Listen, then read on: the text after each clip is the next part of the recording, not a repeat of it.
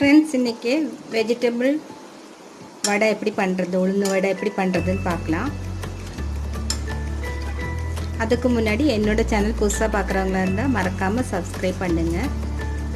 இந்த ரெசிபி பிடிச்சிருந்தால் லைக் பண்ணுங்கள், ஷேர் பண்ணுங்கள். ஹாய் ஃப்ரெண்ட்ஸ், வெல்கம் டு மா கிச்சன். இன்றைக்கி வெஜ் வடை எப்படி பண்ணுறதுன்னு பார்க்கலாம். அதுக்கு நான் இங்கே ஒரு அரை கப்பு உளுந்து எடுத்துருக்கேங்க. இது ஒரு அரை மணி நேரம் ஊற வச்சு நைஸாக அரைச்சி வச்சுட்டேங்க. நம்ம உளுந்து வடைக்கெல்லாம் அரைக்கிற மாதிரி அரைச்சி வச்சுட்டேன். இதில் ஆட் பண்ணுற வெஜிடபிள்ஸு கொஞ்சம் கேரட்டு, மல்லித்தலை சின்ன சின்னதாக நறுக்கி வச்சுருக்கேங்க. கேபேஜ் துருவி வச்சுருக்கு, இது 2 துருவி வச்சுட்டுங்க. இது வந்து கேப்சிகம் ஒரு கொஞ்சோண்டு எடுத்து பொடிசாக கட் பண்ணியிருக்கிறேன். அரை வெங்காயம் எடுத்து கட் பண்ணியிருக்கிறேன். ஒரு 4 பச்சை மிளகு சின்னதாக கட் பண்ணிக்கோங்க. மிளகு வந்து அரை டீஸ்பூன் எடுத்து க்ரஷ் பண்ணி வச்சுருக்கிறேன். உப்பு போட்டு தான் அரைச்சிருக்கேன். இப்போ இதை ஒவ்வொன்றா மிக்ஸ் பண்ணிடலாம். இப்போ இதில் மிக்ஸ் பண்ண ஆரம்பிக்கலாம். நான் இந்த உளுந்து ஊற வைக்கும்போதே ஒரு டீஸ்பூன் பச்சரிசி போட்டு தான் ஊற வச்சேன், ஏன்னா கிறிஸ்பாக வர்றதுக்காக தான். இப்போ இதில் தேவையான அளவு கேபேஜ், கொஞ்சோண்டு மல்லித்தலை, கொஞ்சோண்டு கேப்சிகம், வெங்காயம், பச்சை மிளகாய், பெப்பர், கொஞ்சோண்டு கேரட்.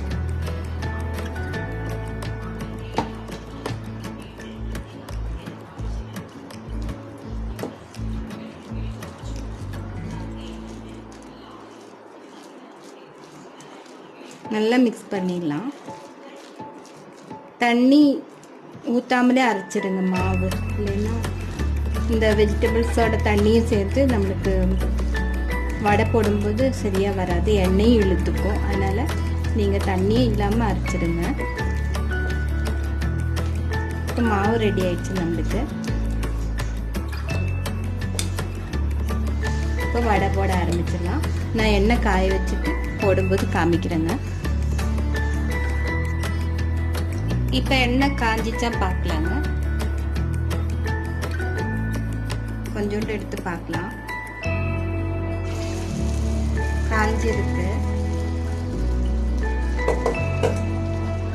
இந்த மாதிரி ஒரு தட்டில் கிண்ணத்தில் தண்ணி எடுத்துங்க. தண்ணியில் கை நினச்சி படைக்கும், அப்போ உங்களுக்கு ஷேப்பாக வரும்.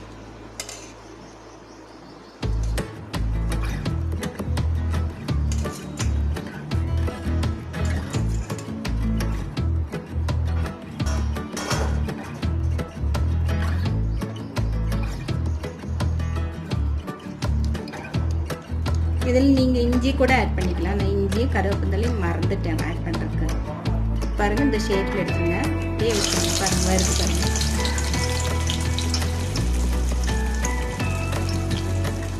பசங்களுக்கு லீவ் அன்னைக்கு எல்லா வெஜிடபிள்ஸும் உள்ளேயும் போகும். சூப்பராக இருக்கும் சாப்பிட்றதுக்கு. இதுக்கு சட்னியெல்லாம் தேவையில்லைங்க, அப்படியே சாப்பிட்லாம். ஏன்னா அதிலே வெஜிடபிள்ஸோட டேஸ்ட் எல்லாம் நல்லாயிருக்கும்.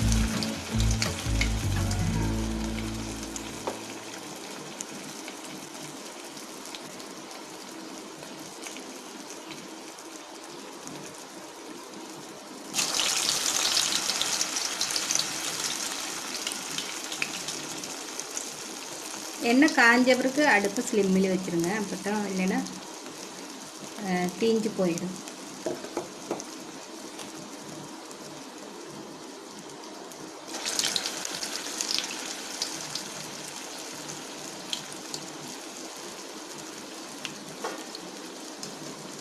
இந்த ஆயிடுச்சு, எடுத்துடலாம். திருப்பி போட்டுடலாம்.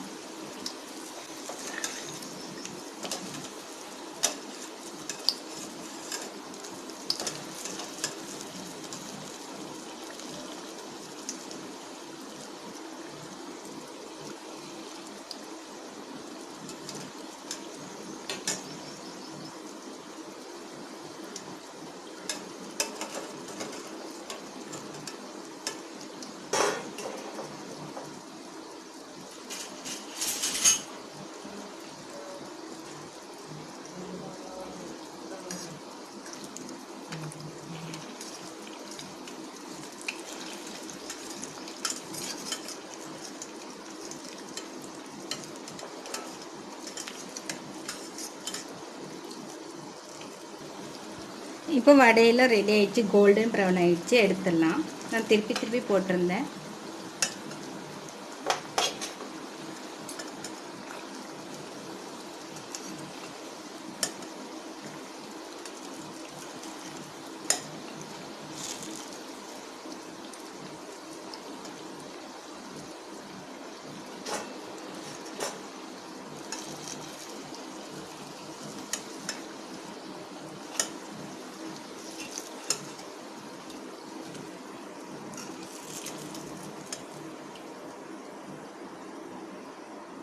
இதே மாதிரி எல்லா வடையும் பொரிச்சுட்டு நான் காமிக்கிறேன் உங்களுக்கு.